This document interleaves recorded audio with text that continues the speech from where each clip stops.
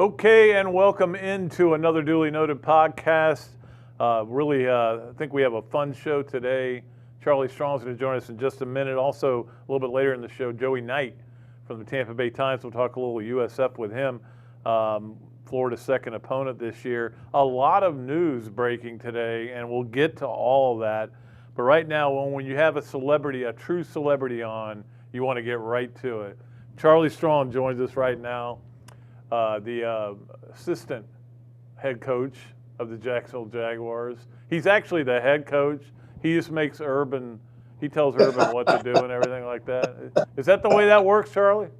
No. And let's stop. I'm not a celebrity, okay? So I don't know where that came from. But no, Urban makes all the decisions. I don't want those decisions just yet. We got to get through the season, and then I'll see how it works out. Yeah, it's funny because, you've had OTAs, but that's pretty much it. But I would think you're already seeing how the differences are between college and the NFL, just in all the rules you guys have to follow. Oh, there's so many rules. But, when you think about the differences between just the college athletes and the professional athletes, it's all about, can you create value for them? And the thing about a professional athlete, he just want to extend his career because it's a living for them. And they're knowing if you can help them extend their career, then they're more than willing to listen. Pat, we've had no resistance from any other players. And it has really been exciting just to see how much they've come to work each and every day and how much that they are just buying into what we're trying to get them to do. Have you tried to get Tebow over to defense yet? No, I can't do that yet because, in the NFL, it's like you have your position, and that's the position you play. Yeah, it's interesting, that whole situation there. But let's start out by talking about your time here in Florida and how great that was. And obviously the two national championships in 06 and 08. And I remember that 08 game thinking, there's no way you guys are going to stop Sam Bradford. Can you outscore him? And that was one of the great defensive performances of all time. And guys like Torrey Davis stepped up. I mean, what the hell? It's when we knew that we were going to play Oklahoma. And remember, they had this Bradford, and they had so many good players. Mm-hmm. And we were watching their tape, and it was like a video game. They were just up and down the field on everyone. And then we threw the TCU tape on. And TCU was the only team that year that really played them well. And they played a lot of man coverage, and they blitzed. And, so I'm lining up with Joe Hayden and Jack Rabbit. So I'm sitting there like, I have two players that can really play corner. And I feel really comfortable with both Janoris and Joe. I know that they can cover them and Major and Ahmad Black as safety. And I said, guys, we're going to do what we do the whole year. We've been blitzing people, playing man coverage. So that's what we're going to do. So if they're good enough to beat us, that's the way they're going to have to beat us. And if you remember when the game first started off, they ran the zone play. They got a bunch of yards. Then we got them in the third down. They tried to throw the ball down the sideline. And I told Major right now, he would never play another game in college football the way he unloaded on that receiver that night because he was he annihilated him. And I said, that set the tone for us. And you can remember in that game, we go and block a punt, and I think Willie Green ended up roughing the kicker, and we give him the ball back, and we stop him again. And then Torrey Davis makes the play. He makes that play down on the goal line. That kind of got us going. But that was an outstanding defensive performance. And a lot of guys that night went on to play on the next level. Oh, yeah, absolutely. Major Wright would have gotten 15 yards in today's game. Major would have got kicked out of the game probably. That would have been total targeting and every other thing. Oh. He would have had no chance. It's amazing, too. We had Ahmad Black on the show recently, and I said his nickname to me is a finisher because he finished so many games, including that game with that big pick of Bradford. Well, you think about that game, but if you think about a few games before that, remember we have Arkansas just beat. The game is over with. Oh, yeah. And then Mallet hangs out one down there sideline, and the guy goes up, and you're figuring Ahmad is there, and he's going to make the play, and he misjudges the ball, and the receiver comes down with it and goes in for a score. But then you come back to the national championship game and they try to throw one across the middle and he goes across there and intercepts it. And they were driving it and he intercepts that ball and he finished it. But you're right, Ahmad, he was a finisher. And he was one of those players that when you put out there, everybody would say, well, he's not the fastest guy. But he always was in position and he knew his limitations and he was able to make those plays. Did you ever have a safety at any level? I mean, including when you were at Texas, when you were at Louisville, when you were at USF, when you were South Carolina, as good as Reggie Nelson? Oh, no. Reggie was special. Pat, when we was recruiting Reggie, we go down to Palm Bay, and they have him playing every position. He was a tailback. He was a wide receiver. He was a linebacker. He was a defensive end. He was a safety. He was a corner. He played every position. And so I can remember when we was recruiting him, Joe Coyne was there. And then we assigned his remember the player that we signed, he ended up passing away in a drowning accident. Remember, they all were at Palm Bay together. So when Reggie came out, he had to go to junior college first before he ended up coming to the University of Florida. But Reggie he was a special player. It wasn't, you just put him in the middle. The play that I remember the most about him, we go to Florida State, and we're up in Tallahassee, and they had that big old fullback, really rocked up fullback, probably about 6 foot, about 240 pounds. And you see it happen. You see the play develop. They run a play action, put the fullback in the flat, and Reggie's sitting there free safety, and they see it. And I was like, oh, God, he sees it. And he's like, oh, God. And, you just said to yourself, oh, God, it's going to be a collision. Somebody's not going to get up. And Reggie unloads. He throws that 170 pounds and then that 250-pounder. And it was like, boom, a big collision. And I was like, wow. And he jumps up smiling. And I was like, oh, my goodness. Like, I thought that we were going to have to go get Reggie that day. My favorite Reggie Nelson play was Tennessee, first play of the game. And they throw it deep down the sideline. Went, oh crap! They're going to have a touchdown, and out of nowhere, he comes out of nowhere and picks it off. Not only did he knock it, he picked it off when I thought it was going to be a touchdown the other way. Yes, and then you remember we're playing LSU in a big game at home, and he hits the receiver, and they had to put him in the hospital that night, the receiver. But it was just so many plays with Reggie, and he was an eraser back there. Now that guy, he erased more plays. I can remember Smith was at corner, and he would always tell Reggie, I'm going to gamble. You got to help me back here. You got to help me. I'm going to gamble on this one. But Reggie he was the eraser for us. It's going to be kind of strange for you to go up against a lot of these guys. I know you're not coaching offense, but you're going to see a lot of the guys like Carlos Dunlap, and who are still in the league. Joe Hayden. Yes. You still have Dunlap still in the league. Then you have Joe Hayden still at Pittsburgh. So you have some guys and then a lot of former players that, maybe I didn't coach, but I know that were at University of Florida. But it's going to be strange going up against those guys and seeing them. And you're right. And they're going to be on defense. So I'll be able to watch them when they're out there playing because, they got to go against our offense. What is it like, though, now to be in the NFL and on a team that won one game last year? And you can win two, and everybody will say, hey, they got better. 1-1 gives us two. Well, more than anything, you just like for coming in as just a completely new staff, and then we're coming in with Urban. I just think that the players are really buying in and trying to do everything he asks them to do.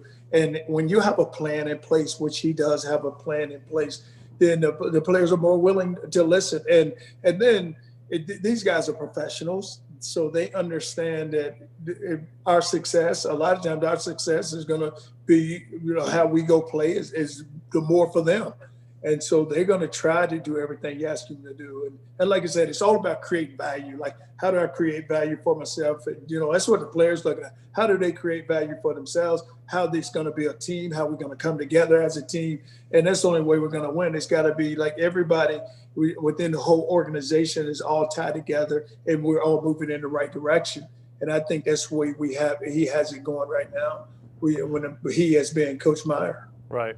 Now, when I know that he contacted you fairly early before he was taking that Jacksonville job and wanted to know if you could get back in that saddle again, and he wanted to you to be part of it. But were you at all surprised that he wanted to get back into it? No, because I said to him after the Ohio State, I said, at some point, you're not. I said, Urban, I can't see you commentating. I just can't see you doing that. That's just not who you are. He's actually good at it, though.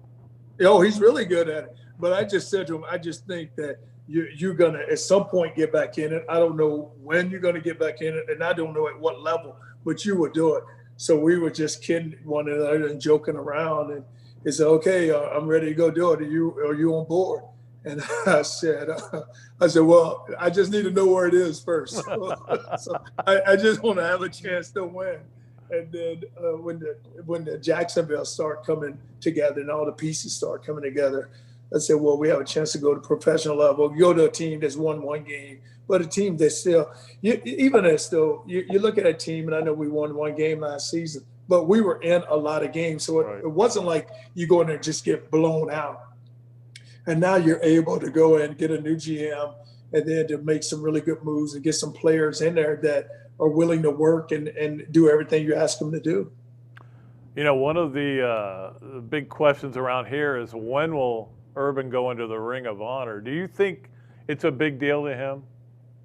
Well, Pat, when you had success, and he has 2 national championships, and the thing he did there was, you know, he was able to take that program, which people thought that at that time when he took over was down, and he was able to bring it back, and then, you know, second year go win one, and then go win one in his 4th year. Yes, he deserves to be in the Ring of Honor, and it's some really outstanding. And you don't ever want to take anything away from who is the players and the coaches that are already in that Ring of Honor. But he deserves to be in the Ring of Honor. You know what coach? You know, there's been some really outstanding coaches. You know, from Coach Spurrier, you look at what he did, and I was a part of some of his, not a part of his national championship, but some of his SEC championship. But Coach Spurrier did an unbelievable job there. And then you see what Urban did, following him, and what he did was great. And I think that he does. He surely deserves to be in the Ring of Honor. When you came here, was Galen the coach or was Charlie the coach? When I came there, Coach Pell was a head coach and I was a GA. And then Galen became the coach, and then Galen hired me as a coach. I coached outside linebackers with him. And then Gary Darnell took over. And then Coach Spurrier came in. I left 1 year. I came back with Coach Spurrier. And then I left again, and I came back with Zook. And then so I was there with Zook, and then I stayed with Urban. So I had a chance from the 90s. I worked with every coach there. That's right. You belong in the Ring of Honor. Oh, no. All that. I was part of a lot of wins and a lot of success. And it was a lot of fun. Well, let me ask you this, because obviously you spent most of your career, almost all your career, as a college coach and as a college head coach. Well, with what we're dealing with now, all this craziness, the transfer portal, and especially NIL, name, image, and likeness, is it something you would even want to get back into now? Because I know coaches that don't want a part of college football right now.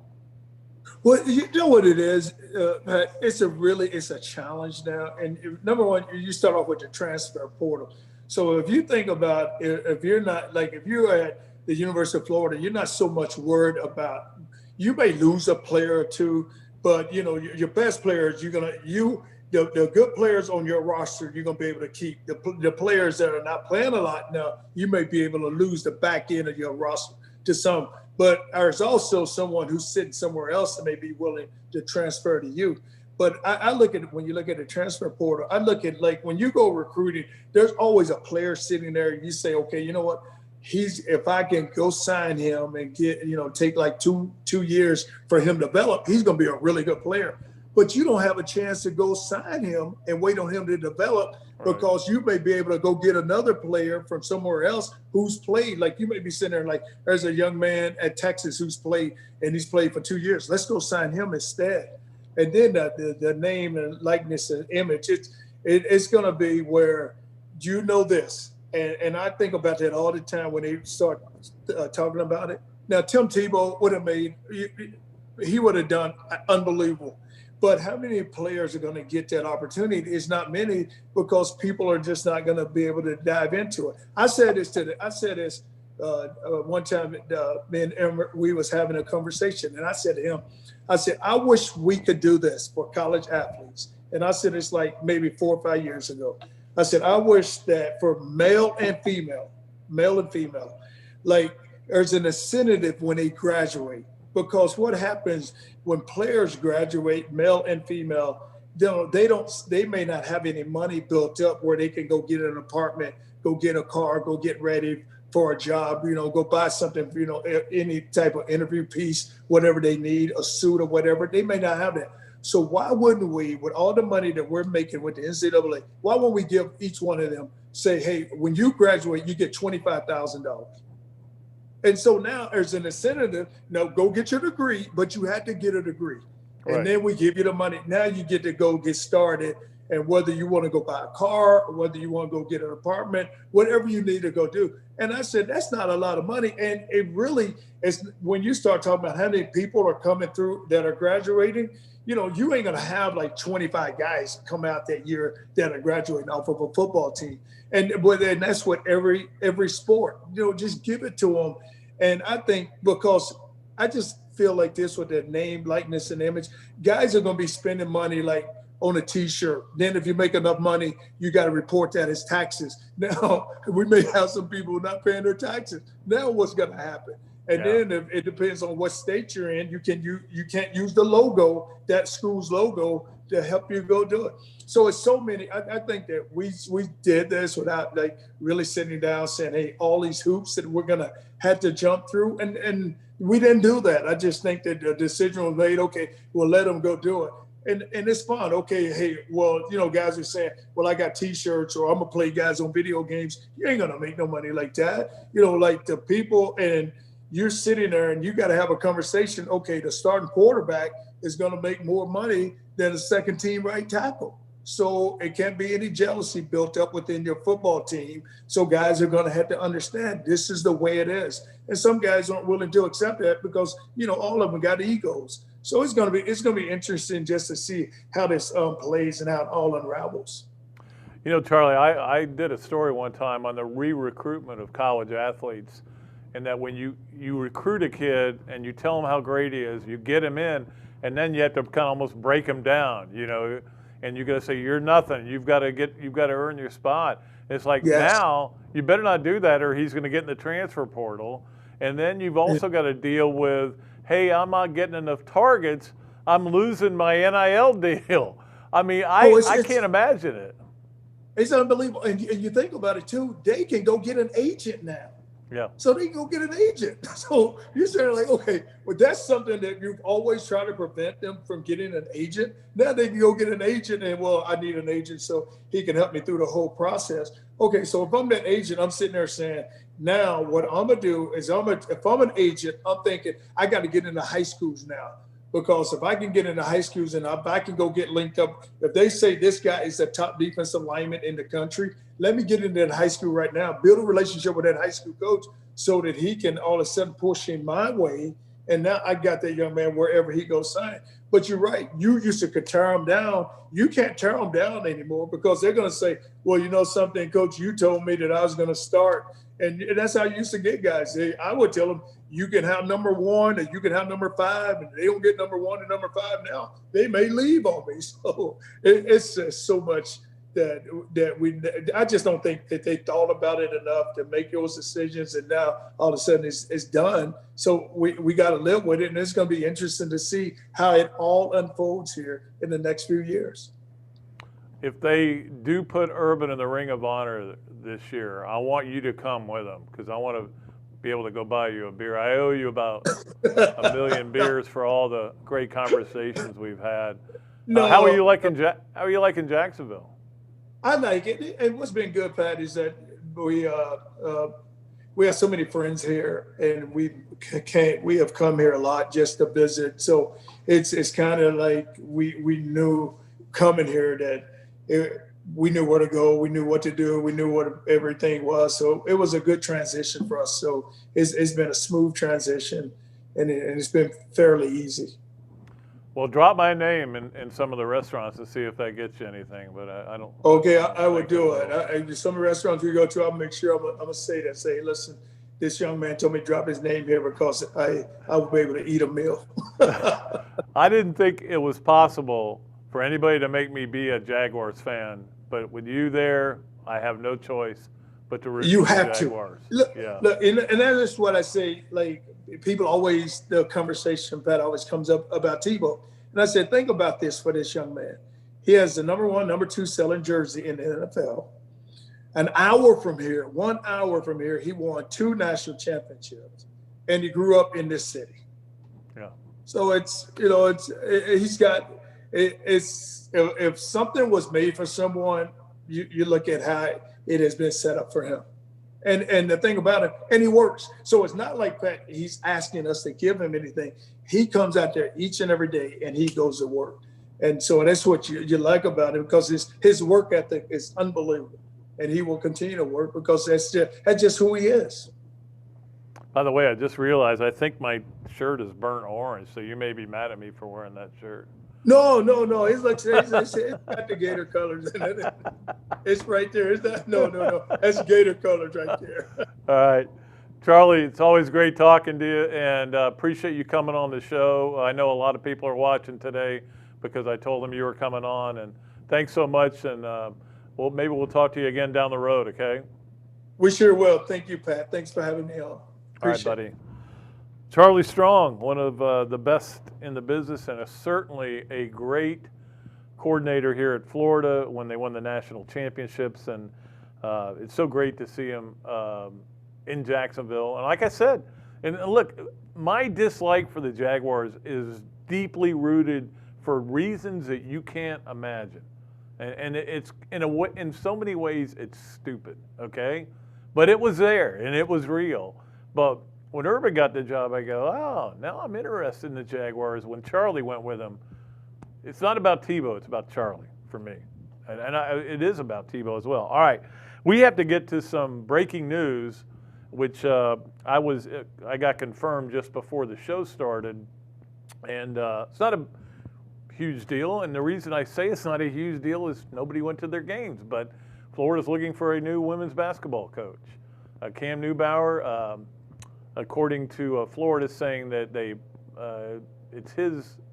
he is leaving for personal reasons.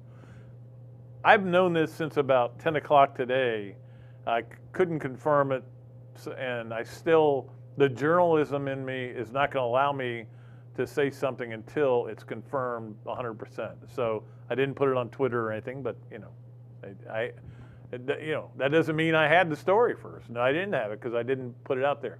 But everything I'm hearing is that there were some issues, and that this was Florida's call.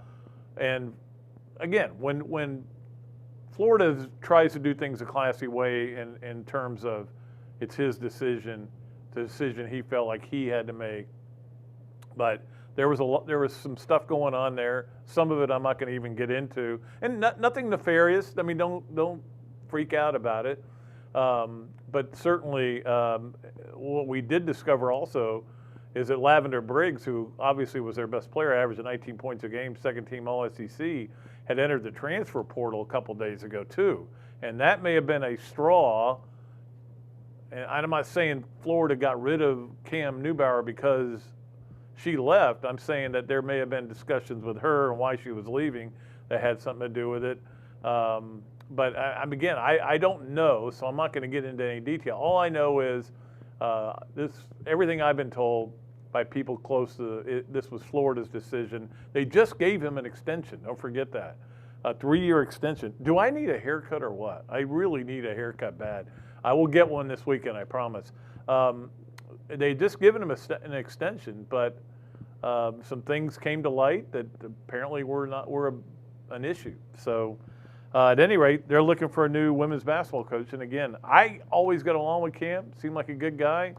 I'm not saying he isn't. So I make sure nobody's misinterpreting anything I'm saying.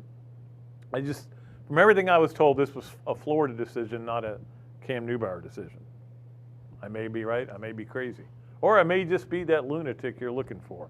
All right, so we have that going on. We also had Bradley Beal having to give up his spot on the All-Star on the Olympic team, which was really disappointing because I think we all wanted to see that happen, him winning a gold medal, or heck, the way the U.S. has been playing, he might not have won a gold medal at the Olympics. But he got in the, I don't know if he had COVID, had contact with COVID. I don't know the whole details about that, but he's out.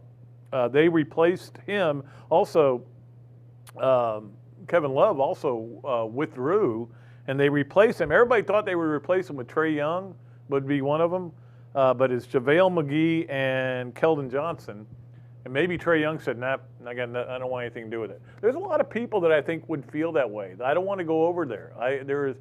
It's going to be a weird situation, and you're already seeing people who have been sent home. Also, a couple of days ago, and this hasn't even been made official yet. In fact, Mike Bianchi broke the story. UCF and Florida will finally play this 2-for-1 that Scott Strickland wanted very badly. And of course, I'm telling you, if Danny White was still the AD there, it would never have happened.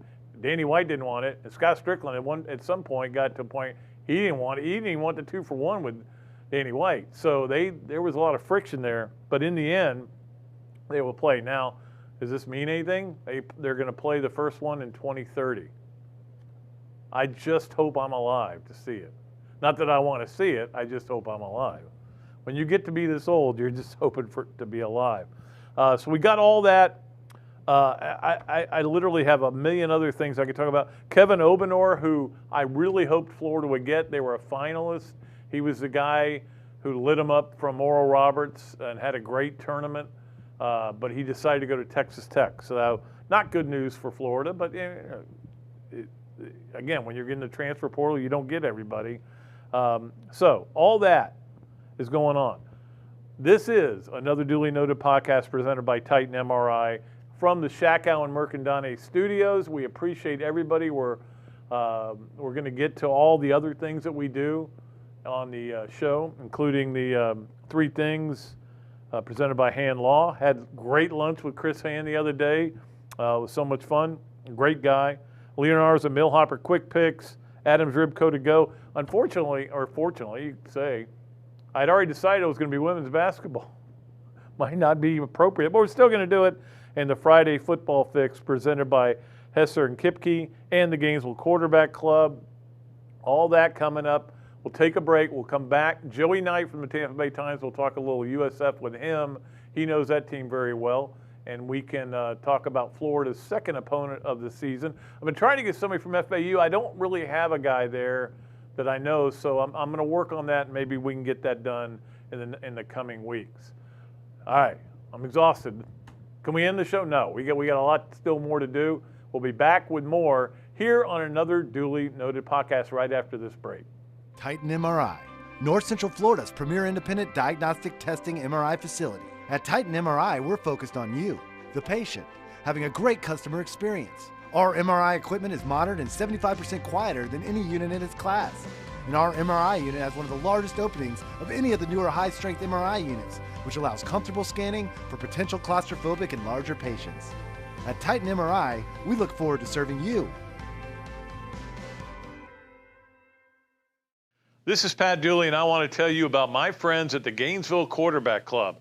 I'm a member, and you should be too. It's the oldest Gator booster club in the world and a great place to meet new friends, network with prominent business people, and hear a great collection of speakers, including Dan Mullen, throughout the football season. Go ahead and give John Stevens a call at 352-222-8516 or sign up on the website, quarterbackclub.org.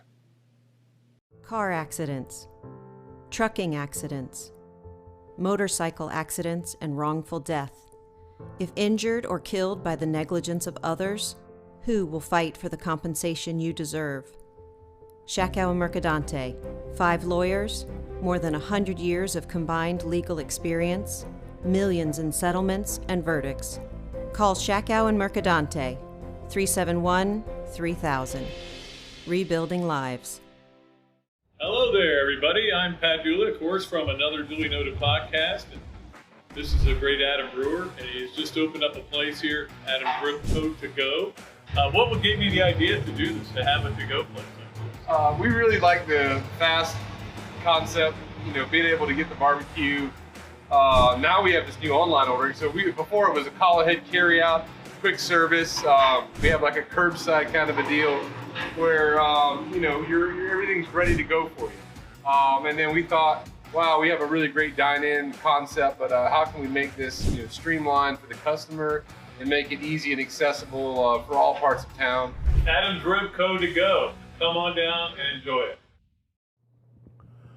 Okay, and welcome back to another Dooley Noted podcast. We have a lot to get to, and one of those things is to stick with our Tampa theme, because Charlie Strong was once the coach with the Tampa USF Bulls, and be joined by Joey Knight from the Tampa Bay Times. We used to cover the Gators back in the old days. In fact, I told Robbie I was having you on. He goes, Joey Knight? He can't get over it. He gets stuck on something and he just stays with it for the rest of his life. 24 years and counting. That's right. So I'm just wondering about, again, you've got a lot going on down there. Right. Have you guys won a championship in water polo yet in Tampa? Has there been that? That's next on the agenda, man. I have, I'm in my 6th decade on this earth, and I've never seen and never will see a run like this area has had. 2 Stanley Cups, a Super Bowl title, a World Series appearance, another potential Super Bowl run coming up in the span of less than a calendar year. It's the greatest sports era in this area's history, and I don't know that it'll ever be replicated. No, it's incredible. I was telling you off the air, we had somebody call a radio show and said the state of Florida's killing it, and I go, no, I haven't seen Jacksonville winning anything. I haven't seen Miami winning anything. It's all Tampa Bay, right? Yeah, the state of Tampa Bay. The only thing that would come close was the run that Florida had in 06 to 08 when they won football, basketball twice, and then football again. But that was over 3 years, not over just basically a year. You consider the Lightning won their first Stanley Cup late last September, and then the Rays, of course, a couple of months later, maybe less than 2 months later, made the World Series appearance. Then February 7th was the Super Bowl, and now we've just got, here in early July, the Lightning winning another cup. So that's well under a calendar year that we've had this. It's unbelievable. Is it something in the water? Maybe you guys are doing something. I know maybe you just like to have those boat parades. Well, it's in the water now because a brewing company took shaved ice from Amalie Arena and put it in their beer, and now they're marketing that. So you can have beer that's, from Amalie Arena shaved ice. So it is in the water. Idea. Now. It's in the alcohol. Which is, I'm familiar with. All right, so let's talk a little bit about South Florida Bulls, and obviously, I hated to see what happened with Charlie down there, right. And it's also with Kerwin Bell too, because Kerwin took his chance, went down there, ends up with no quarterbacks, everybody gets hurt, and they all get fired. But where do you see them right now, and what can Florida fans expect when they go down and face the mighty Bulls? And we're not that far away. Well, this is a process at USF, and Michael Kelly, the athletic director, knew that full well when he hired Jeff Scott away from Clemson. He knew this was not going to be a 1, 2, or maybe even a 3-year fix. But I will say this, Jeff Scott has struck all the right chords since he was hired. Going out and engaging the community and raising money, I think Charlie Strong will be the first to tell you that wasn't his thing, wasn't his forte. Jeff Scott got the memo. And he and Michael Kelly have been side by side about raising money and getting things going facilities-wise because they're woefully behind in the facilities arms race. Ground is being broken. We're led to believe later this year on an indoor practice facility. USF, Tampa, Central Florida has no indoor practice facility. The plans are underway for a multi-million-dollar football exclusive complex. And as you well know, Pat, when you get those things, when you get that kind of swag, that begets recruiting, which begets better players, which begets winning. So it's going to be a long process for this team to get back to where it was, say, like they were in 2007 when they made that crazy run to number 2 in the BCS, or even to 2015-16 when they had Quentin Flowers and they were just they were killing it. They beat South Carolina in a bowl game. So didn't they beat FSU with him too? They did not beat FSU. They got thumped pretty good by FSU. I remember Willie Taggart's quote: "Piss poor tackling, piss poor tackling." So, but this is going to be processed because Jeff didn't have much to work with personnel-wise when he came in, but him and his staff are gradually getting it done. Credit to them, recruiting during a pandemic. They're finally starting to break ground on some facilities. But year 2, they'll win more than a game. I think 500 would be, an accomplishment. I think that's a reasonable expectation. And then we'll see in year 3. What I will say is he's got some quarterbacks now to work with if they stay healthy. Cade Fortin, transfer from North Carolina, great arm, was hurt last year in COVID protocol, never really got a chance to get it going, had a great spring. Jaren Williams, who started once upon a time at the University of Miami. We did. And a sophomore named Timmy McClain, who left-handed kid, who they're kind of sort of saying could be the next kind of Quentin Flowers type of guy. They're really high on them. So the talent's coming in. It's gradual. But, obviously it's still a tall order, to take on the Floridas and the North Carolina States who they open with, those kind of guys. Yeah, that is a tough to open with NC State because I think they may be pretty good this year as well. Right. But, do you think that it's because it's probably not going to change, an advantage to play in a pro stadium for a team like USF, or is disadvantage because you're so far off campus? I never bought into the, it's a disadvantage. It's so far off campus. Students won't go to the games. People went to the games in 06, 07. I remember a Friday night game against West Virginia on national TV. The place was packed. And that was the year they went to number 2 in the BCS. I think a big part of it, Pat, and again, I don't buy into the stadium thing. I think it's a great recruiting tool. Look, this is where we've had several Super Bowls. This is the home of the Super Bowl champions. You can play in it. I think a big thing is the level of competition for the casual fan. Back in the day when they were in the Big East, you had Syracuse and Pitt and West Virginia and those type of people coming in. Now your conference competition is Tulsa and Tulane and East Carolina. You occasionally get a Cincinnati to come in. UCF obviously is going to draw, but for the casual fan, that's a hard sell in a major league sports town. But winning heals everything, and who knows what the future of college football from an alignment standpoint is.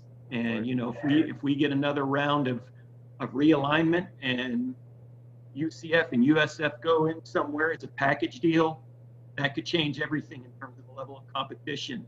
And credit Michael Kelly, the athletic director, for going in and trying to beef up that non-conference schedule. You've got Alabama coming here down the line, Florida coming here, obviously, Miami, BYU. There's a series with BYU. He's recognized not only that if you're going to make any headway in this 12-team playoff, you've got to play the best. But if you want to drum up local support, get the boosters on board, you got to bring marquee people into your home stadium, and they've done that.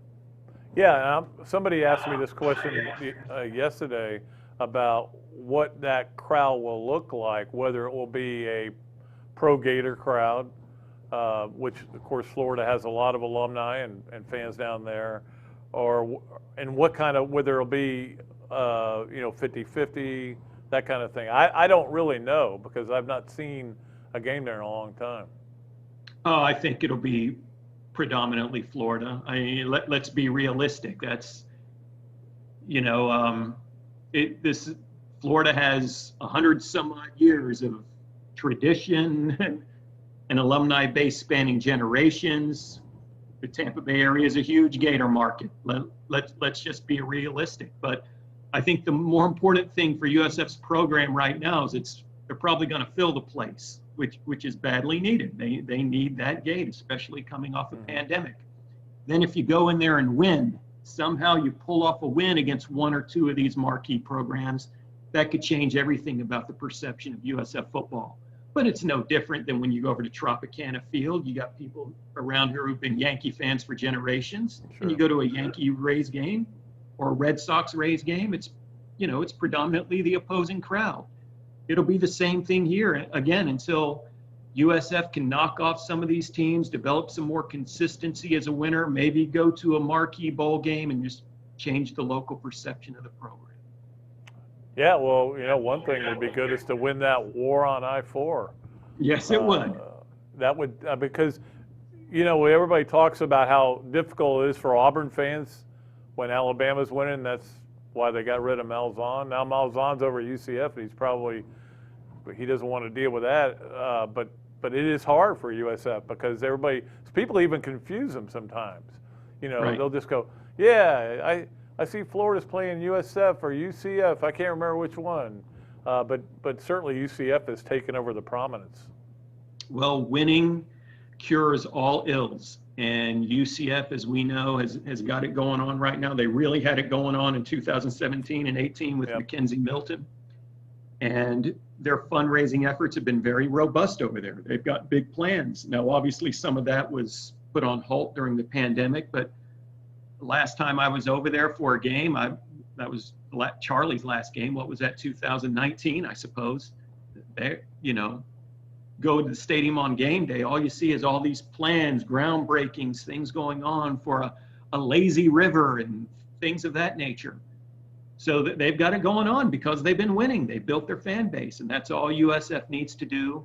And, even in a major league town, it's a little different from Orlando. All you've got is the Magic. You've got far more competition over here for the sports fans' dollars. But you build a consistent winner. You beat UCF.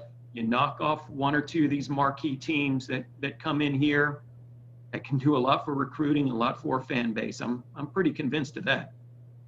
Well, and that's an advantage that Florida State, Alabama, Tennessee, Georgia, there's nothing else in town. I mean, right. And for USF, they've got to fight off Tampa Bay. I mean, it's really hard. Right. And exactly. This is a market. This is just a unique situation that USF is in. And they realize that. And that's why I think it's a good idea that they have somebody like Jeff Scott, who's young, who's energetic in terms of going out and engaging the community, because you've got to be a marketer. If you're going to be the head coach in this town, you've got to go out and be a marketer. And Charlie just wasn't really keen on that. That's no knock on Charlie. That's just not something he enjoyed doing. Again, Jeff Scott got the memo. He realizes you've got to go out and beat the bushes and campaign and market your program in a place like this. And you asked me about USF playing FSU. They did beat FSU once in 2009 during the Levitt year. Yeah, in Tallahassee. Yeah, I remember watching that game and rooting really hard for USF. Yeah. All right. Joey Knight, we appreciate your time, man. It's great having you. Maybe we'll get you on the week of the game again. Be glad to, man. Always a pleasure, Pat. Tell Robbie I said hi. I will do that. Thank you so much. Appreciate it. Man. Later. Joey Knight joining us from the Tampa Bay Times. We appreciate his time. Let's go ahead and go to break, and then we'll come back and do all of our things here in the Shakow and Mercandone studios. And we appreciate everybody for watching another duly noted podcast presented by Titan MRI. We got to get to all of our fun things that we love to do. And who do we have on? I was trying to remember who we have on Monday. Oh, Monday. Yes, Monday we are doing our not necessarily media days presentation. Robbie and I think Coach Spurrier is going to be in here for a little bit too. They don't get Steve, we get him. And then We're going to talk about. We're going to give Robbie a bunch of things. I'm going to make him be Dan Mullen for a while and ask him tough questions. It'll be fun. I think that'll be a really fun show. I hope you're enjoying this one as well here in the Shaq Allen Mercandani Studios. We'll be right back with more of another Duly Noted podcast. Titan MRI, North Central Florida's premier independent diagnostic testing MRI facility. At Titan MRI, we're focused on you, the patient, having a great customer experience. Our MRI equipment is modern and 75% quieter than any unit in its class. And our MRI unit has one of the largest openings of any of the newer high-strength MRI units, which allows comfortable scanning for potential claustrophobic and larger patients. At Titan MRI, we look forward to serving you. This is Pat Dooley, and I want to tell you about my friends at the Gainesville Quarterback Club. I'm a member, and you should be too. It's the oldest Gator booster club in the world and a great place to meet new friends, network with prominent business people, and hear a great collection of speakers, including Dan Mullen, throughout the football season. Go ahead and give John Stevens a call at 352-222-8516 or sign up on the website, quarterbackclub.org. Car accidents, trucking accidents, motorcycle accidents, and wrongful death. If injured or killed by the negligence of others, who will fight for the compensation you deserve? Shaq Allen Mercadante, 5 lawyers, more than 100 years of combined legal experience, millions in settlements and verdicts. Call Shaq Allen Mercadante, 371-3000. Rebuilding lives. Hello there, everybody. I'm Pat Dooley, of course, from another Duly Noted podcast. And this is a great Adam Brewer, and he's just opened up a place here, Adam Brewer To Go. What would give you the idea to do this, to have a to-go place like this? We really like the fast concept, being able to get the barbecue. Now we have this new online ordering. So before it was a call ahead carry out, quick service. We have like a curbside kind of a deal where everything's ready to go for you. And then we thought, wow, we have a really great dine-in concept, but how can we make this streamlined for the customer and make it easy and accessible for all parts of town? Adam's Rib Co. To Go. Come on down and enjoy it. Okay, and welcome back to another Duly Noted podcast, live from the Shaq Allen Mercandani Studios. If you're watching it live, if you're listening to it later, the Cam Newbauer thing is old news. I think Kelly Ray Finley, I just saw, is now going to be the coach for this year. Obviously, they don't want to make a hire this late in the process. Personally, I don't think they ever should have gotten rid of Amanda Butler. I think she was a really good coach, and just some things went wrong with her, for her too, but just some players got in trouble, and so they decided to make a move, and it was a hard move for Scott Strickland. And and the Cam Newbauer hire was, it was hard to extend him, but I think they felt like, we're going to extend him, we're going to keep this thing going, we're going to have progress, and then just didn't work out. So Florida looking for a new women's basketball coach, something and like a lot of people have asked me in the past, why don't they just go hire Gino Auriemma? Yeah, right, like he would do that, first of all.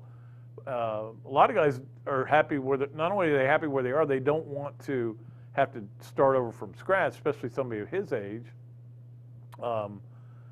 And I don't, in Florida, why would Florida pay $2-3 million for a women's basketball coach when nobody goes to the games now?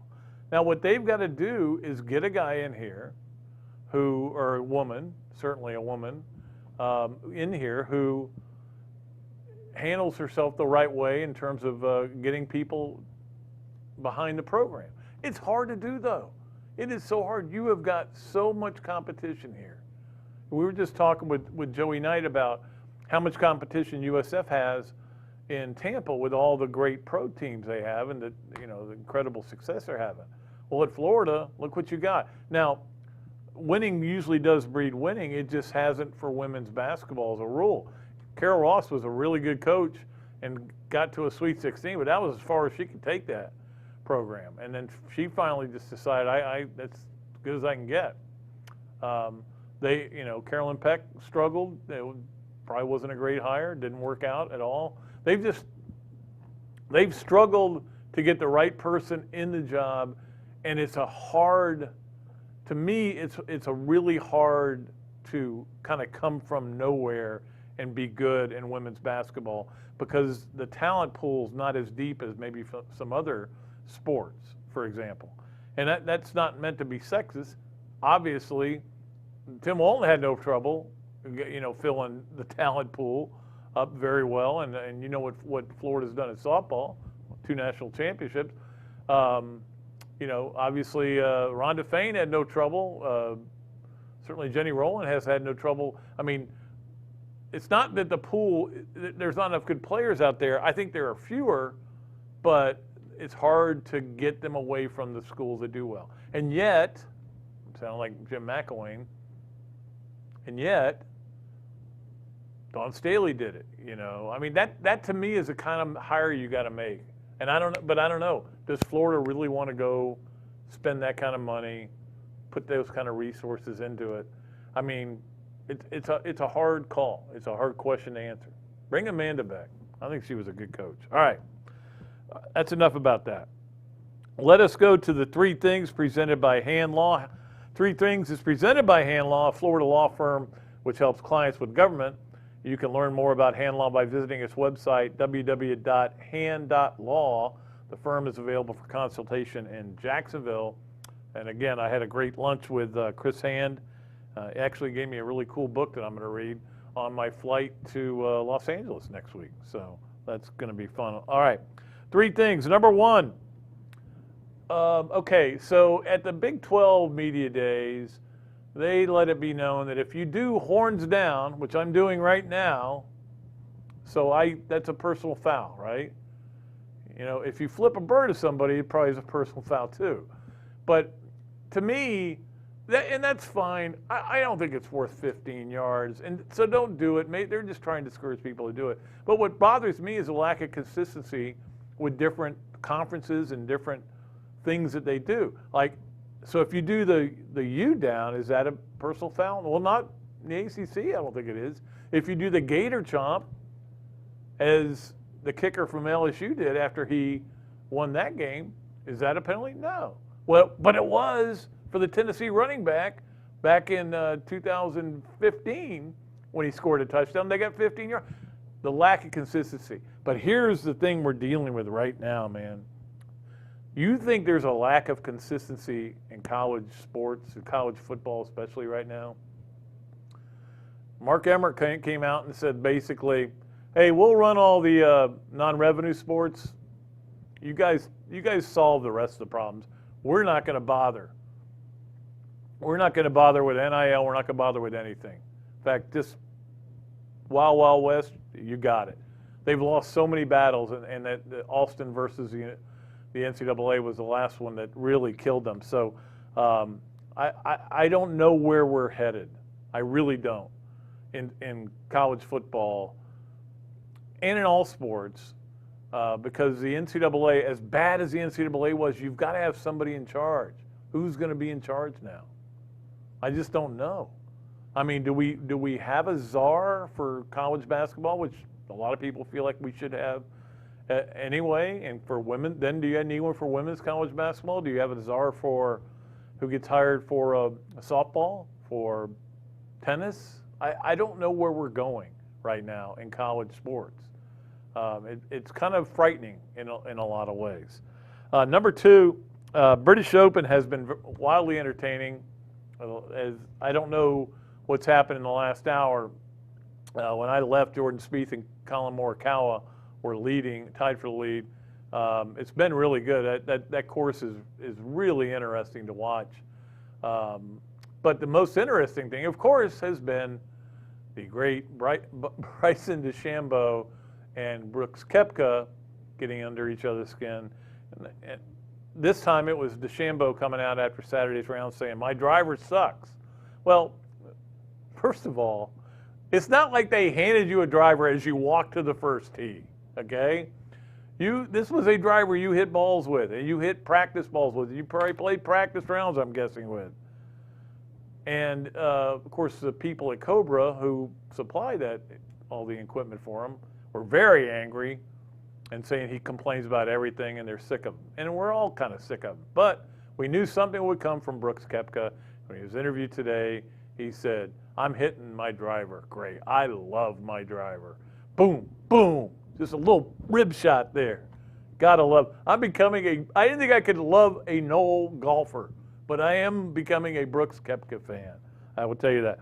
I'm looking forward so much to the weekend and watching the last major of the year.